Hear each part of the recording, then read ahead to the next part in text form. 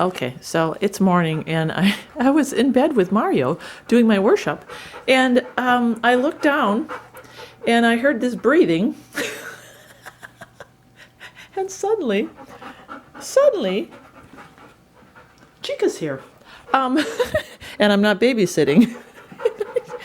And Mario's like, yeah, look who showed up out of the blue.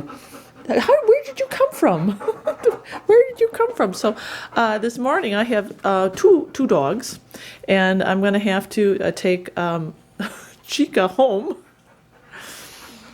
Ay. Oh, she is so happy though. Look at her. She's so happy that she's here.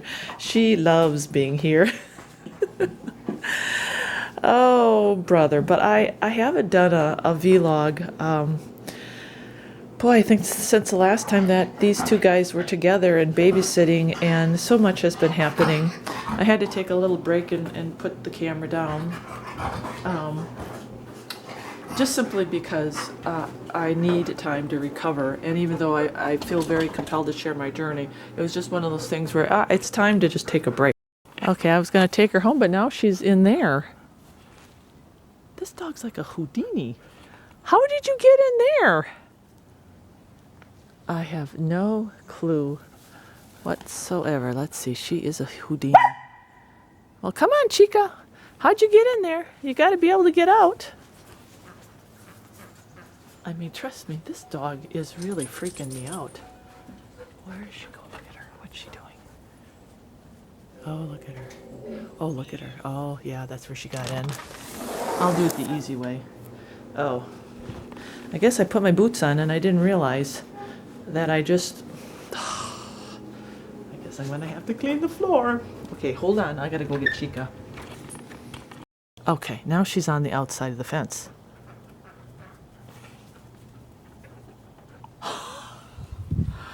Mario. Okay, so we're gonna take Chica home, and I'm going to try to do a little bit of an update. And you know, it's hard for me to keep it short, but I'm going to try to, because so much has happened. And I have now been going on YouTube, Facebook, trying to keep up. And there's been so much spiritually going on in my life. I want to just address a couple things real quickly.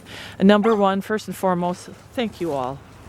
Thank you all. Thank you. I cannot... I'm not going to get emotional because right now I'm just kind of tapped out. But trust me, I have been on my knees in humble humility and so grateful for not just the prayers which have helped heal me and sustain me, but all the gifts that you friends have given me. And when I say gifts, I mean gifts of inspiration, gifts of prayer, gifts of love, gifts of your own tears. There's so many people that were crying right beside me in tears, in pain when I was in pain, in suffering when I was suffering.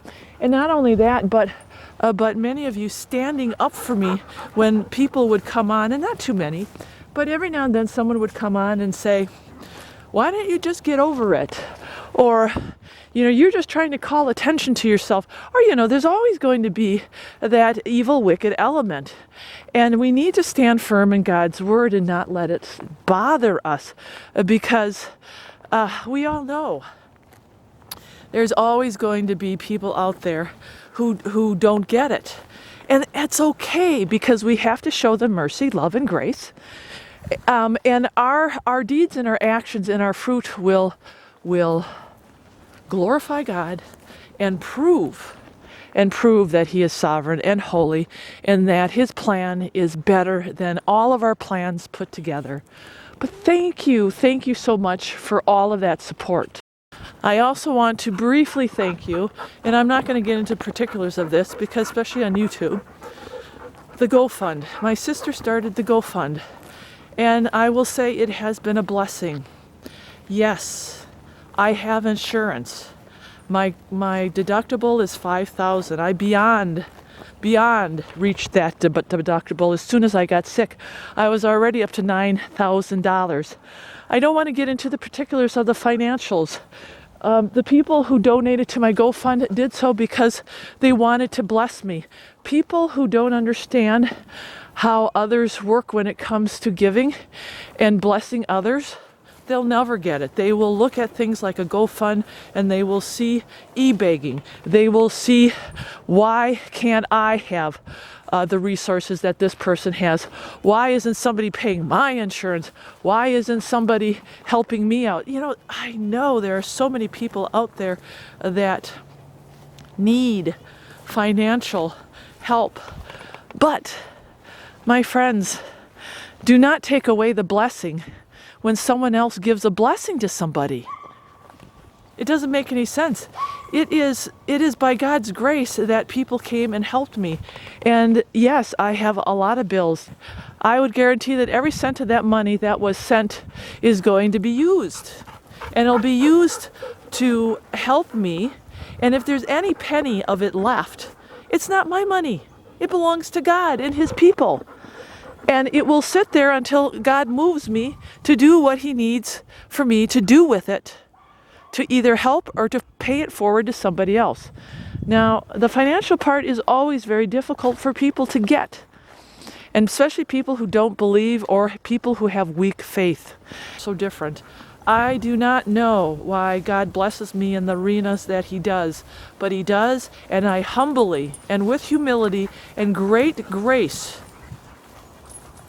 trust me, with guilt too at times, which comes from the devil, I accept the gift that God has given me through His people.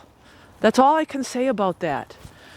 And I pray for you, people who don't see that, and I pray for those who don't have the financial resources, that God will work a miracle in your life. Now, the next piece. I am healing. I am feeling better. Yes, there is still bacteria in my body. It is affecting my bones and my muscles, and I have a lot of pain. But you know what? Other people have a lot of pain. At the beginning of my journey, I said this. And this is a sermon that was brought to me before I even got sick. It was a sermon about suffering. Imagine that. There was a sermon about suffering before I even got sick. And it talked about if you are suffering, someone is suffering more. Well, I remembered that throughout my journey. And I never once complained. I may have had pain, and I talked about it. And, yes, I'm moaning and groaning, and it hurts. And I was so sick. But did I ever forsake the Lord? Did I ever blame Him? Did I ever wallow in my sickness and say, I wish this wasn't me? No. Because I know that there are other people who are suffering even worse than me. And we always must remember that. And suffering brings perseverance, and it draws us closer to God. It draws us closer to God. And I looked at it, and I said this during my testimony, during my journey, that I was here to glorify God. And I knew that sickness, that awful sickness, was going to do that. Now, you may not personally be there in your walk and think the same way as me. But I just ask that you respect that, because that was my journey. That's what the Lord pressed upon my heart.